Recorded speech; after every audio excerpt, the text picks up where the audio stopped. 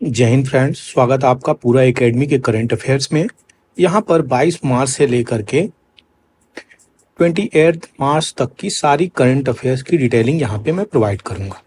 सबसे पहले बता दूँ, यहाँ पे सारी की सारी इम्पॉर्टेंट एस्पेक्ट जो भी आपका करंट अफेयर्स है उसकी बैकग्राउंड में भी जाके आपको मैं डिटेल प्रोवाइड करता हूँ, जो कि आपके एग्जाम्स के पर्सपेक्टिव से काफ़ी इम्पोर्टेंट होता है।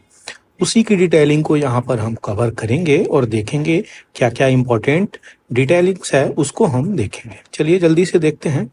न्यूक्लियर एनर्जी, इसकी पूरी बैकग्राउंड डिटेलिंग आपको जानना जरूरी हो जाता है क्योंकि कुछ न्यूज में आ गया है। अभी रिसेंटली अगर बात करी जाए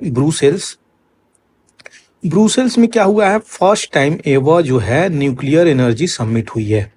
तो ये न्यूक्लियर एनर्जी समिट जो हुई है वो वहाँ के प्राइम मिनिस्टर बेल्जियम के, तो यहाँ पे अलेक्जेंडर डी क्रू इनका नाम है, याद रखिएगा।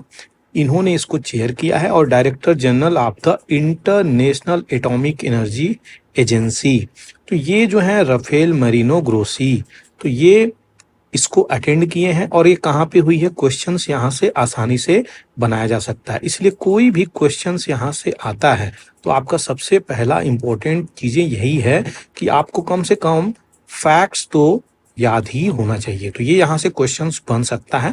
अब अगर बात करी जाए तो क्यों ये न्यूज में है, क्यों ये यहाँ पे ये जो सबमिट हो रही है इस प्रकार से क्या चीजें निकल के आ रही है, तो बात आ रही है फिक्सिंग द फाइनेंसेस की, पैसे की बात कर रहे हैं ये, यानी मनी की बात करी जा रही है। तो क्या है वो मोटिव, सबसे पहले जो लार्ज स्केल एडॉप्शन हो रही है किस चीज की, न्यूक्लियर पावर की, तो वो दो ही चीज पे निर्भर कर रहा है। वो क्या, तो जो है एक टेक्नोलॉजी की, दूसरा फिनांस की। तो किस प्रकार से ये टेक्नोलॉजी ट्रांसफर होगी और किस प्रकार से आप इसको फाइनेंस कर रहे हैं, दोनों इंपॉर्टेंट मुद्दे हो जाते हैं। अगर बात करें न्यूक्लियर एनर्जी की तो उसकी डिटेलिंग भी यहाँ पे जरूरी हो जाती है, जो कि अगर इंडिया में हम देखें तो इंडिया की जो कॉमर्शियल एनपीपी है, न्यूक्लियर पावर प्लांट है, वो सबसे पहले तारापुर के पहाड़गढ़ में हुआ था। तो ये क्वेश्चंस यहाँ से कई बार आए हैं जो कि आपके एग्जाम्स के लिए काफी इंपॉर्टेंट हो जाता है, जो कि 2 किलोवाट पर आवर की जो सोलर पावर टैरिफ है उससे भी कम की यहाँ पे एनर्जी प्रोड्यूस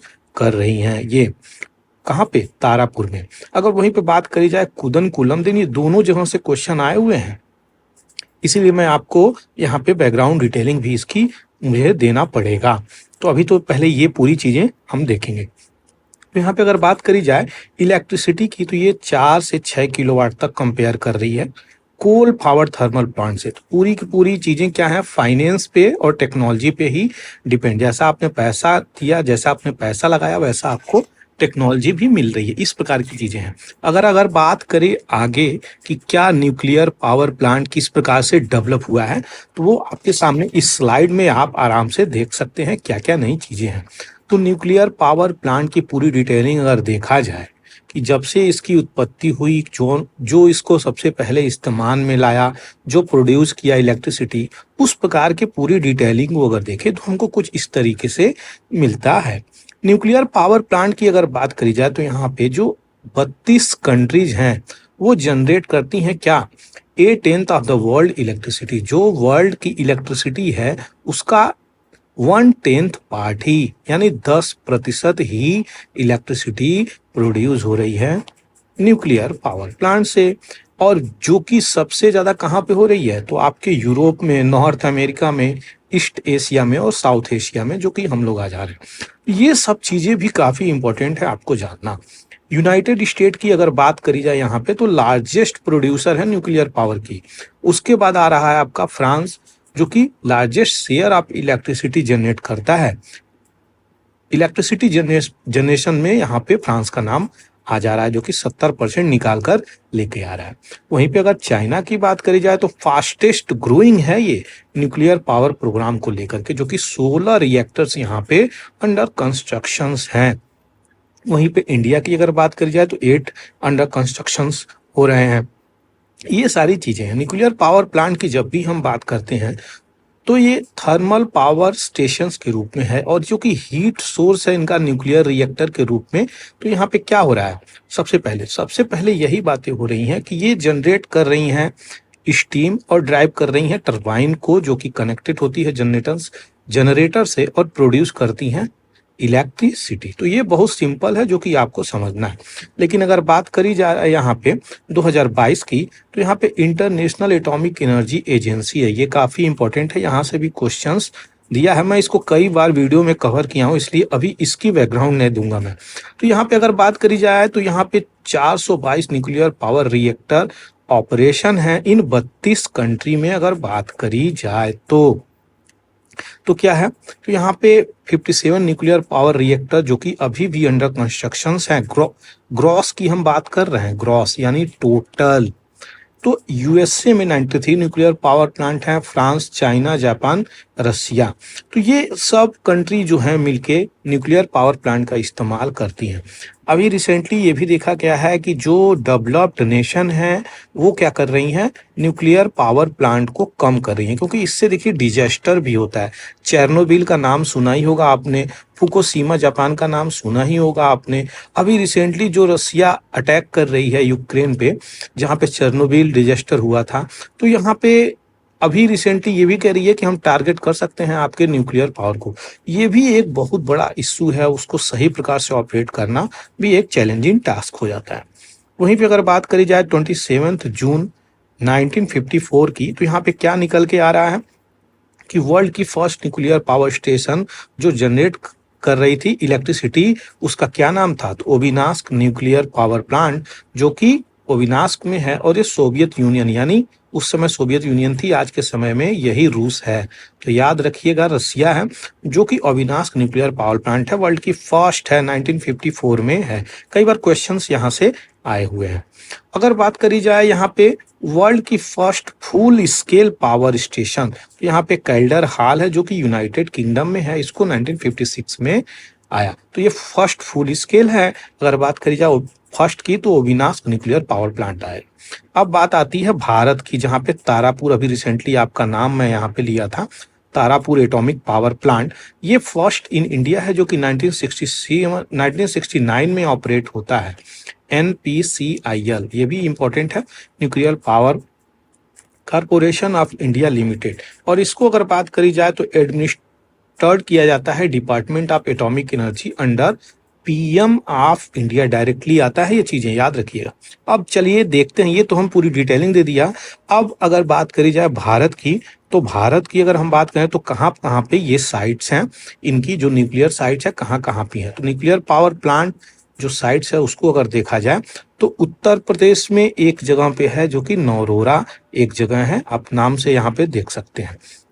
लेकिन अगर बात करी जाए तारापुर, तो तारापुर आपका महाराष्ट्र में है, जैतपुर यहाँ पे महाराष्ट्र में है, कैगा आपका कर्नाटका में है, मीठी वर्दी गुजरात में है। देखिए सबसे क्वेश्चन आया इसीलिए मैं ये स्लाइड दिया हूँ, काफ़ी इंपॉर्टेंट ये स्लाइड है, आपको इसको याद भी करना चाहिए, इसकी लोकेशंस भी काफ़ी इंपॉर्टेंट हो जाती है। ककरापुर एटॉमिक ये जो है गुजरात में है, और माही बंसवाड़ा राजस्थान में, यहाँ पे राजस्थान एटॉमिक पावर स्टेशन जो रावत भाटिया है वो कहाँ पे है, राजस्थान में। यहाँ पे गोरखपुर हरियाणा में है, एक गोरखपुर आपका यूपी में भी है जहाँ से योगी आदित्यनाथ आते हैं, लेकिन ये गोरखपुर आपका हरियाणा में है, निकल के आता है। मध्य प्रदेश से निकल के क्या आ रहा है यहाँ पे, भीमपुर याद रखिएगा, और हरिपुर वेस्ट बंगाल में निकल के आ रहा है। कोवादा आपका कहाँ पे है, आंध्र प्रदेश है, और मद्रास जो कि कलपक्कम बोलते हैं, रसिया की सहायता से इसका इस्टेब्लिशमेंट हुआ था। काफ़ी इंपॉर्टेंट चीज़ें हैं आपको यहाँ पे बता दी गई हैं। दूसरी जो है कुदनकुल्लम है, तो ये कुदनकुल्लम यहाँ पे है कन्याकुमारी के आसपास, और आपका जो है कलपक्कम इधर आपके पड़ेगा कहाँ पर, नियर बाई चेन्नई मद्रास जो जगह होती है। ये पूरी की पूरी डिटेलिंग आपको मैं यहाँ पे दे दिया। आशा करता हूँ जो भी डिटेलिंग यहाँ पे मैं दे रहा हूँ वो आपके लिए काफ़ी यूजफुल होगा। नेक्स्ट अगर बात करी जाए तो यहाँ पे साइमन हैरिस इनका नाम याद रखिएगा, ये फेस काफ़ी अब न्यूज़ में आने वाला है। क्यों?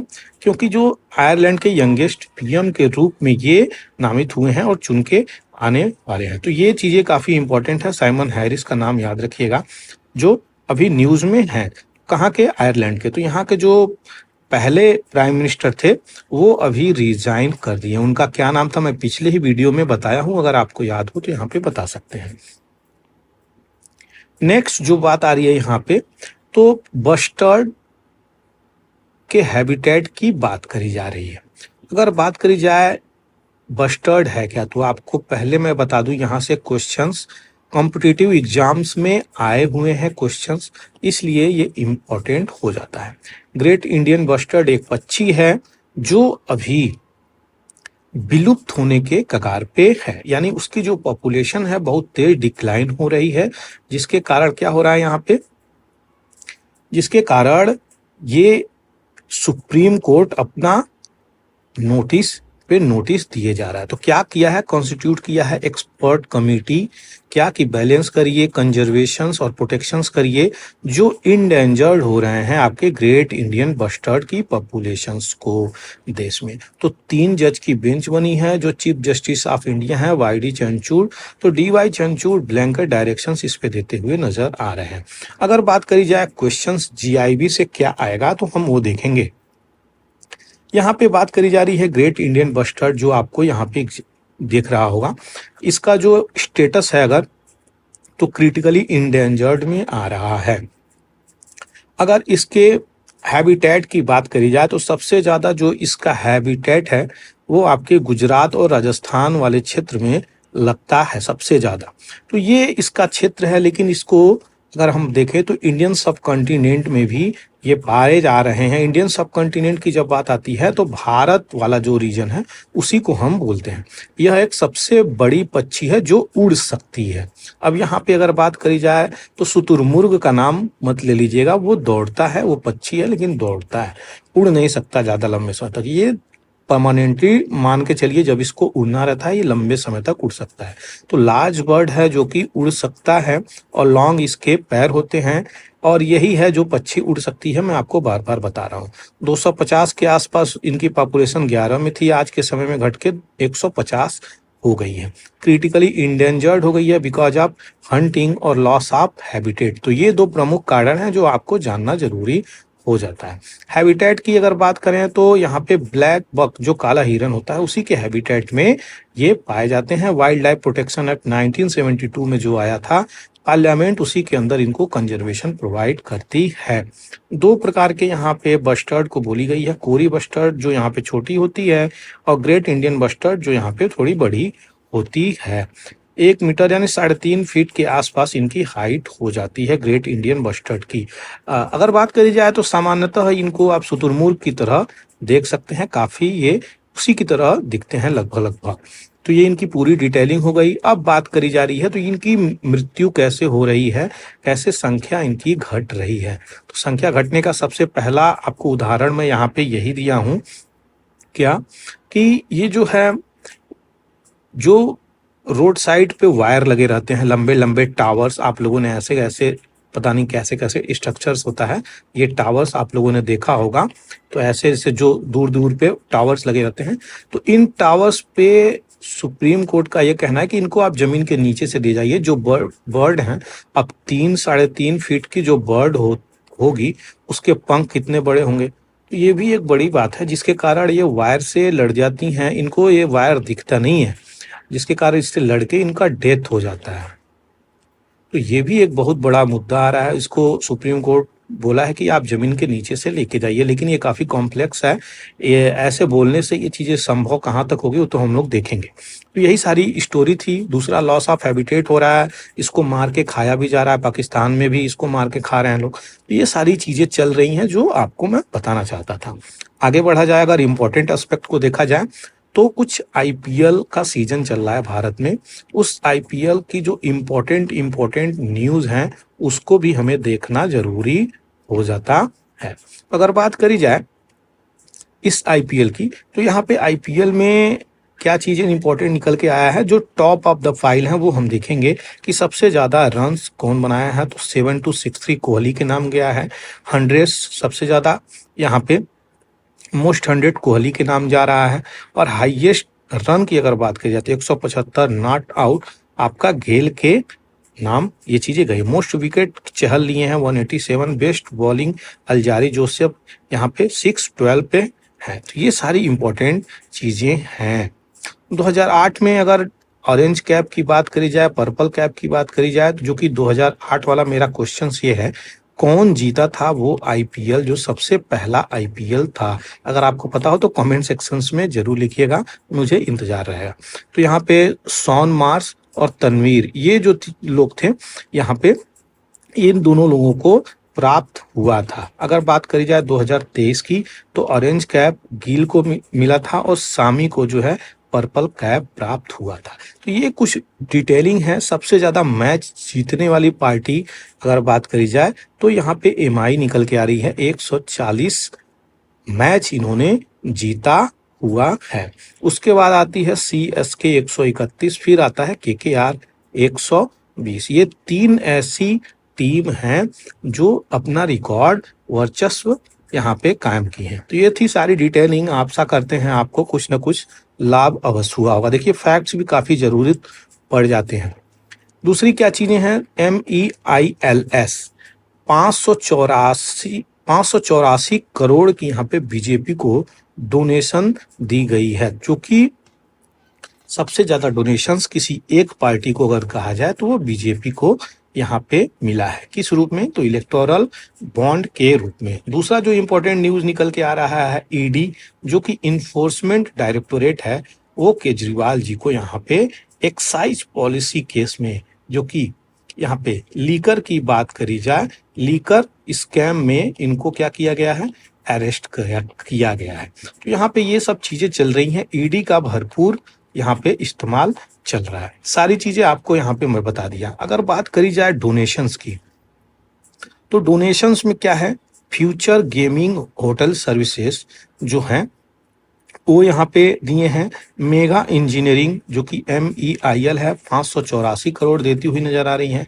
क्विक सप्लाई यहाँ पे चैन, ये जो कंपनी है, ये सब कंपनी है, ये डोनेट करती हुई नजर आ रही है। तो सबसे ज्यादा बीजेपी को 91.5% के आसपास बॉन्ड खरीद कर दी गई है इलेक्शंस में, एक सिंगल पार्टी। नेक्स्ट अगर बात करी जाए यहाँ पे, India to double assistance, Bhutan के लिए 10,000 करोड़ रुपए की राशि हम लोग देने वाले हैं। पहले क्या था, पहले 5,000 करोड़ रुपए की थी 19 से 24 में, अब जो है इसको 10,000 करोड़ रुपए कर दिया गया है टिल 29। तो ये प्राइम मिनिस्टर मोदी अभी रिसेंटली भूटान पहुंचे थे, आप लोगों को पता ही होगा, और भूटान जाने के बाद इन्होंने ये रकम बढ़ा दी। तो एक विजिट था, एक सम्मान था। अच्छा, वहाँ के जो राजा हैं उन्होंने पीएम मोदी जी को एक सम्मान दिया है, उसका नाम आप लोग लिख सकते हैं क्या कमेंट सेक्शन में, मेरा क्वेश्चन है। दूसरा अगर बात करी जाए, चाइनीज जो कोस्ट गार्ड हैं वो क्या किए हैं, तो फिलिपिनो वेजल साउथ चाइना सी में उनको कहीं ना कहीं ब्लॉक किए हुए हैं। तो अब बात आती है, चाइना सी है कहाँ, फिलीपींस है कहाँ, उस लोकेशंस पे हम जाएंगे और देखेंगे, क्योंकि क्वेश्चंस देखिए, कभी भी ज्योग्राफी का जो क्वेश्चंस होता है वो आपका बनाया जा सकता है, इसलिए वो चीजें इंपॉर्टेंट हो जाती है। अगर बात करी जाए यहाँ पे, तो हम लोग देखेंगे ये आपका फिलीपींस है। तो फिलीपींस में यहाँ पे फिलीपींस सी है, ये साउथ चाइना सी है।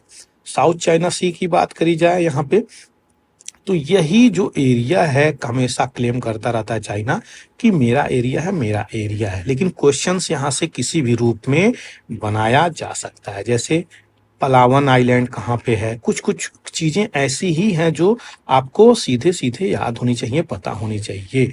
मिंडानो आइलैंड कहाँ पे है, सोलू आर्चिपिलागो कहाँ पे है, सेलेब सी कहाँ पे है, ये सब चीजें बहुत बारीक बारीक चीजें हैं, लेकिन पता होना चाहिए। लूजन स्ट्रेट कहाँ पे है, ये सब चीजें सीधे सीधे पूछ लेती हैं। तो लूजन आइलैंड भी है यहाँ पे, मनीला बे, लेक ताल यहाँ पे, तो ये सूबियन सी, ये वसायन सी, ये सारे सारे जो भोल सी, सुलू सी, बालाबैक स्ट्रेट, मोरो गल्फ, तो ये इंपॉर्टेंट चीजें हैं जो आपको पता होना चाहिए।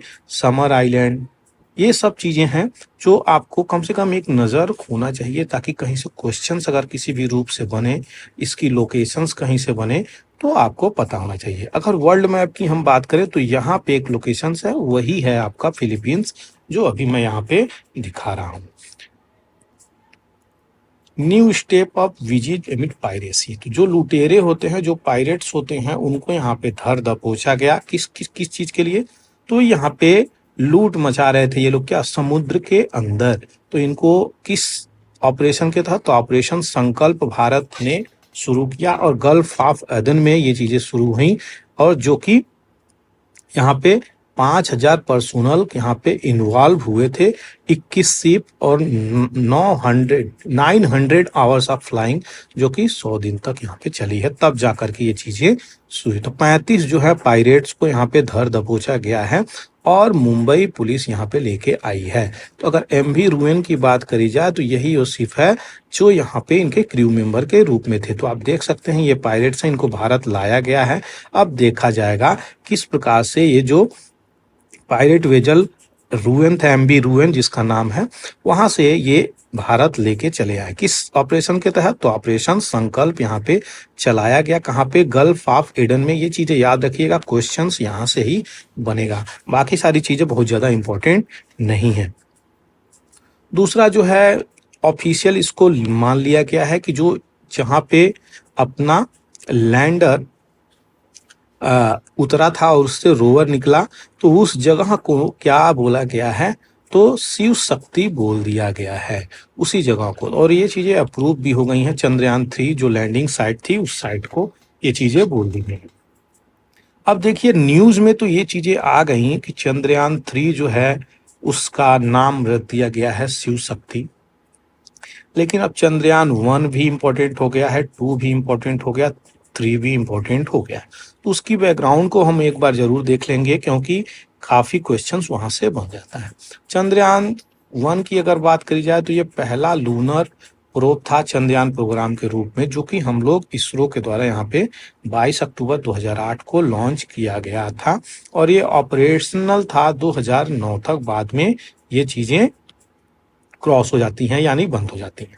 मिशन जो है लूनर ऑर्बिटर और इम्पैक्टर दोनों इसमें था, और ये लॉन्च किया गया था स्पेसक्राफ्ट PSLV एक्सएल रॉकेट से 22 अक्टूबर 2008 को सतीश धवन स्पेस सेंटर से। इंडिया जो है चौथी कंट्री थी यहाँ पे जो flag insignia on the moon लाने वाली। अब ये इस प्रकार की बात बोली गई है, जो probe hit near the crater skeleton and location impact name Jawahar point. तो इस पॉइंट को 2008 में क्या बोला गया था, जवाहर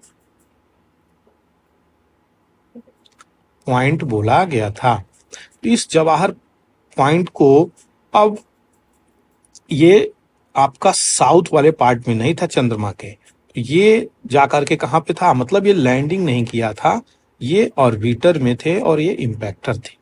लेकिन अगर दूसरा हम चंद्रयान 2 की बात करें तो ये लूनर एक्सप्लोरेशन मिशन था जो इसरो के द्वारा यहाँ पे भेजा गया चंद्रयान 1 के बाद। तो इसमें क्या था, लूनर ऑर्बिटर था, लैंडर जिसका नाम विक्रम था, और प्रज्ञान जिसे हम रोवर बोलते हैं उसका नाम प्रज्ञान था। साइंटिफिक ऑब्जेक्टिविटी इसकी क्या थी कि ये जाएंगे वहां पे, स्टडी करेंगे लूनर सरफेस और कंपोजिशंस में क्या क्या वहां पर मिनरल्स हैं, कौन कौन से लोकेशंस पे किस प्रकार का एबंडेंस वाटर है कि नहीं। लॉन्च किया गया इसको second launch pad Satish Dhawan SDSC से आंध्र प्रदेश में 22 जुलाई 2019 को LVM-3M1 रॉकेट से। क्वेश्चन से भी पूछ चुका है। दूसरी तरफ अगर बात करी जाए तो लैंडर जो है पहुंचने से पहले ही वहां पे 6 सितंबर 2019 को क्रैश कर जाती है। आधी अधूरी हमें सफलता मिलती है, यानी ऑर्बिटर सफल होता है। गोल ऑफ मिशन यहाँ पे क्या थी, टोपोग्राफी को जाएगा, देखेगा क्या क्या वहां पे रिलीफ है, मिनरोलॉजी देखेगा, मिनरल किस प्रकार से है, एलिमेंट अबंडेंस देखेगा, और लूनर एक्सोस्फीयर को देखते हुए देखेगा वहां पे आइस कितनी है, पानी कितने हैं, ये सब देखेगा और 3D मैप बनाएगा। ये सारी चीजें वहां पे भेजने के बाद चंद्रयान 3 की अगर बात करी जाए तो इसमें क्या है, लैंडर था, रोवर कॉन्फ़िगरेशन, ये चीजें थी, और LVM-3 SDSC SHR श्रीहरिकोटा, जो कि रोवर इसमें था लेकिन ऑर्बिटर नहीं था। क्यों, क्योंकि ऑर्बिटर यहाँ पे 2 वाला ही कार्य कर रहा था। अब 3 में ऑर्बिटर भेजने की हमें जरूरत नहीं थी। Propulsion module has spectropolarimetry of habitable planet earth, जिसे हम सेप एक्रोनेम दिए हैं। ये पेलोड था, स्टडी करेगा पोलरीमेट्रिक मेजरमेंट ऑफ द अर्थ। वहीं पे अगर बात करी जाए चेस्ट की, जिसे हम चंद्रा सरफेस थर्मोफिजिकल एक्सपेरिमेंट, तो ये कहीं ना कहीं टेम्परेचर को देखेगा वहां पर जाकर के। इल्सा यहाँ पे क्या है, instrument for lunar seismic activity, ये मेजर करेगा किस प्रकार से सिस्मिक चीजें हो रही हैं, भूकंप वाली चीजें हो रही हैं। लैंगमूर प्रोब पे और एस्टिमेट करेगा प्लाज्मा डेंसिटी, जो भी उसमें वेरिएशंस होंगी। एपीएक्सएक्स क्या है, तो अल्फा पार्टिकल एक्सरे स्पेक्ट्रोमीटर है। मिशन की ऑब्जेक्टिव की अगर बात करी जाए तो ये सेफ और सॉफ्ट लैंडिंग के लिए बनाया गया था, जो कि हुई भी, सफल भी हुआ।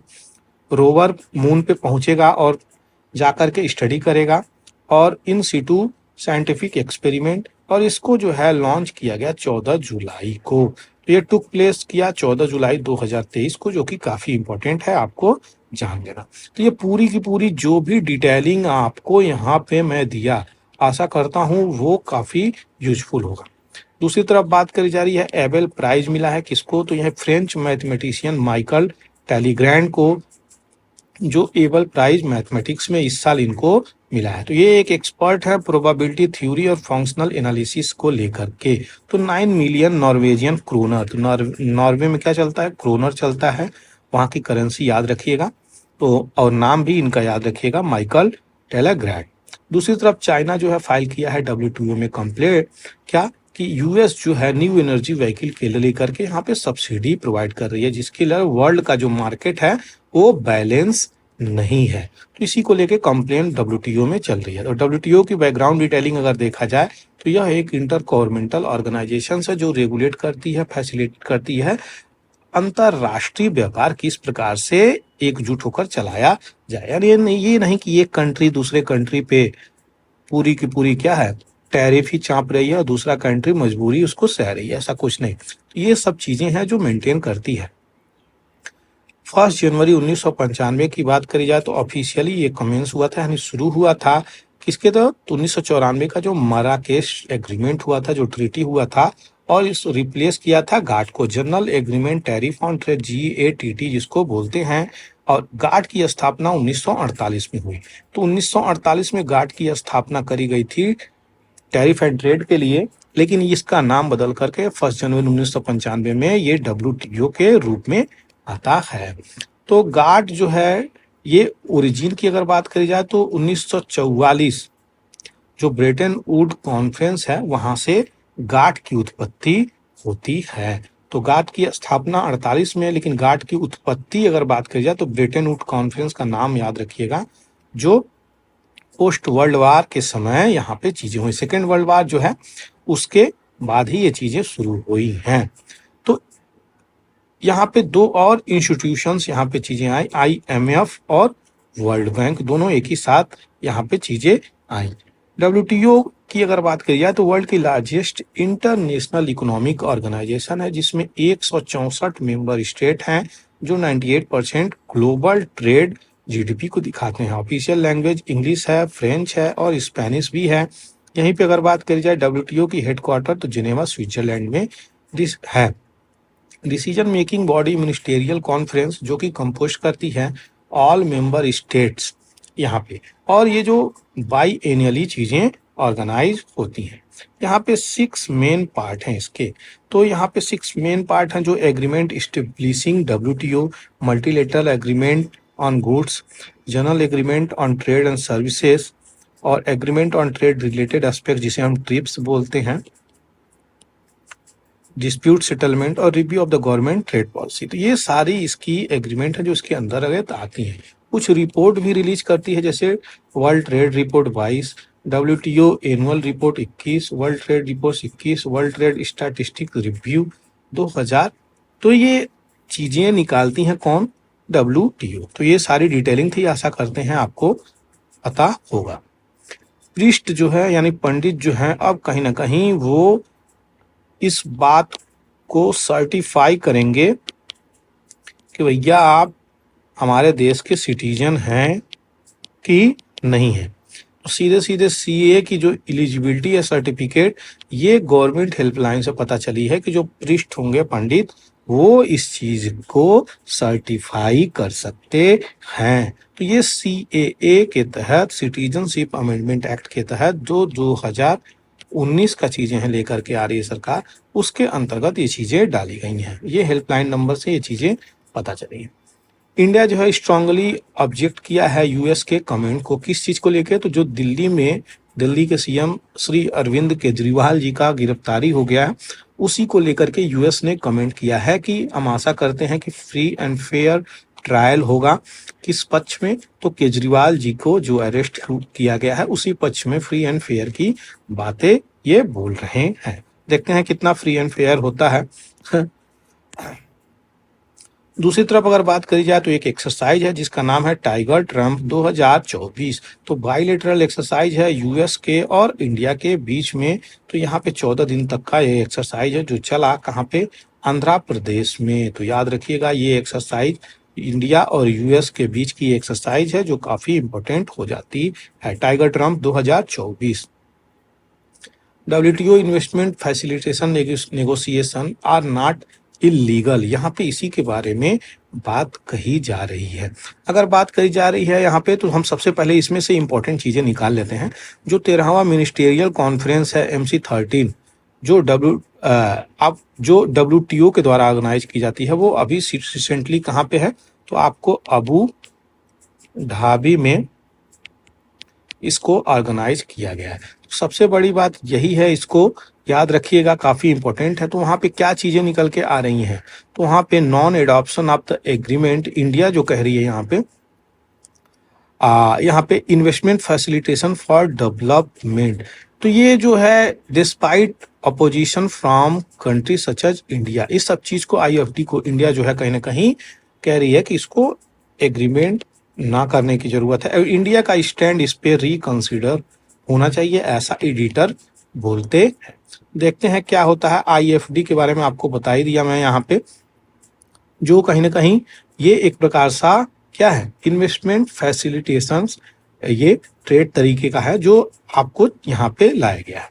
नेक्स्ट अगर बात करी जा रही है रोहिंग्या के बारे में, काफी समय से ये चीजें चल रही हैं, कोई 1-2 साल 5 साल 10 साल की बात नहीं है, बहुत ही पुराने समय से ये चीजें चल रही हैं। इनकी जिंदगी जो है स्टेक पे है, दाव पे लगी है, इनको रिफ्यूजी के रूप में देखा जा रहा है। और ऐसा क्यों हो रहा है, कैसे हो रहा है, कहाँ पर हो रहा है, उसका भी डिटेलिंग आपको जानना जरूरी हो जाता है। बात करी जा रही है रोहिंग्या कम्युनिटी की, तो आपको बता दें सबसे ज्यादा इसमें मुस्लिम माइनॉरिटी एक एथनिक ग्रुप है जिसकी जड़ें कहाँ पे हैं, अराकन किंगडम में, जो कि म्यांमार में है। म्यांमार की अगर बात करें तो म्यांमार कहाँ पे है, तो ये आपका म्यांमार है जिसे बर्मा बोला जाता है, और यही है अराकन किंगडम, इसी के आसपास से रोहिंग्या की उत्पत्ति मानी जा रही है। अब अगर हम बात करें इनकी, तो इन्हें बर्मा में जो है बहुत प्रकार से ब्रूटैलिटी इनको फेस किया गया है इनके द्वारा। तो ये कल्चरली रिलीजियसली जो है वहाँ के जो बुद्धिस्ट हैं उनसे अलग है, क्योंकि इनका जो है मुस्लिम कल्चर है और वहाँ पे बुद्धिस्ट जो है म्यांमार में उनका अलग कल्चर है। तो म्यांमार जो है रिफ्यूज करता है इनको कोई भी रिकॉग्निशंस देने से, यानी इनको मानता ही नहीं है कि ये हमारे यहाँ के हैं, इनको कोई भी सिटीजनशिप की बातें ही नहीं करता है। 1982 से इस प्रकार की बातें चल रही हैं। तो ये वर्ल्ड की लार्जेस्ट पॉपुलेशन है जो स्टेटलेस है, यानी इनका कोई जगह ही नहीं है पृथ्वी पे। इस प्रकार की चीजें ये फेस कर रहे हैं। तो ये इनके पास ऑप्शन क्या है, तो ये म्यांमार जाएं तो म्यांमार वाले भगाते हैं, बांग्लादेश जाएं तो बांग्लादेश वाले भगाते हैं, इंडोनेशिया जाएं तो वहां से भी भगाते हैं, यानी पृथ्वी ग्रह पे इनके लिए कोई और जगह बचा ही नहीं है। तो इस प्रकार से ये इन्हें स्टेटलेस की उपाधि देना गलत नहीं होगी। तो रोहिंग्या कहीं ना कहीं भाग भाग के बांग्लादेश का जो आइलैंड है छोटा छोटा उस पे आके बस रहे हैं, जो आइलैंड डूब जाता है बहुत बड़ा बड़ा जब बारिश होती है या फिर तूफानें आती हैं या फिर सिस्मिक वेव उठती हैं तो ये आइलैंड डूब जाती हैं। उन्हीं पे जा करके ये लोग शरण लिए हुए हैं। तो कुछ इंडोनेशिया में, कुछ अंडमान में, कुछ भारत में, कुछ नेपाल में, इस तरीके से जा जाके फैल के अपनी जिंदगी का बसर कर रहे हैं। देख सकते हैं ये भीड़, यही सारी भीड़ है जो रोहिंग्या के नाम से जानी जाती है। और इनको जो है पहचान देने वाले, इनकी जो है रिकॉग्निशंस की बात करी जाए तो इन्हें पहचान देने वाला कोई नहीं है। यूएन बार बार बोलता है इस बात को, लेकिन फिर भी कोई भी कंट्री इनको लेकर के बहुत ज्यादा कोई एक्शन नहीं लेती। एक ह्यूमैनिटी ग्राउंड पे भी यहाँ पे कोई काम ऐसा नहीं किया जाता है ताकि इनको कोई सपोर्ट मिले। इनका लोकेशंस आपको मैं बता ही दिया, इनका लोकेशंस कहाँ है म्यांमार में, इस रखाइन वाले बॉर्डर पे। नेक्स्ट अगर बात करी जाए तो चाइना के साथ पुनः अपना जो है डीप सी पोर्ट यहाँ पे और एयरपोर्ट, ये श्रीलंका के जो प्राइम मिनिस्टर हैं दिनेश गुणवर्धने यहाँ पे मिले हैं इनसे, और इन्होंने बोला है कि हम डीप सी पोर्ट बनाएंगे। अब ये डीप सी पोर्ट भी बनाएंगे और ये भी कह रहे हैं कि जो चाइना है डेब्ट क्राइसिस में मेरा बहुत हद तक साथ दिया था, जिसके कारण क्या है, जिसके कारण कहीं ना कहीं हमारा बहुत हद तक यहाँ पे हेल्प हुआ है। तो इस हेल्प को लेकर के ये बातें बोल रहे हैं, जिसके कारण यहाँ पे चीजें चलेंगी। देखते हैं किस प्रकार से ये लेकर के चलते हैं। दिनेश गुणवर्धने इनका नाम है। तो देखते हैं फिर से वही डेब्ट क्राइसिस आती है कि नहीं आती है, वो सब देखा जाएगा। नेक्स्ट जो है थाईलैंड जो है लोअर हाउस में अभी पास कर दिया गया है सेम सेक्स मैरिज को। भारत में इस प्रकार की चीजें नहीं है, भारत में सेम सेक्स अलाउ है, मैरिज नहीं अलाउ है। तो ये सब चीजें हैं, देखते हैं क्या होता है। लेकिन यहाँ पे अभी लोअर हाउस में पारित हुआ है थाईलैंड में। यहाँ पे अप्रूवल पूरी की पूरी तरीके से नहीं हो पाई है। तो सारी चीजें आपको बता दिया, आशा करते हैं चीजें आपको अच्छी लगी होंगी। वीडियो अगर अच्छा लगा हो तो लाइक शेयर और सब्सक्राइब करना बिल्कुल भी नहीं भूलें। थैंक यू फॉर वॉचिंग पूरा एकेडमी। जय हिंद, जय भारत।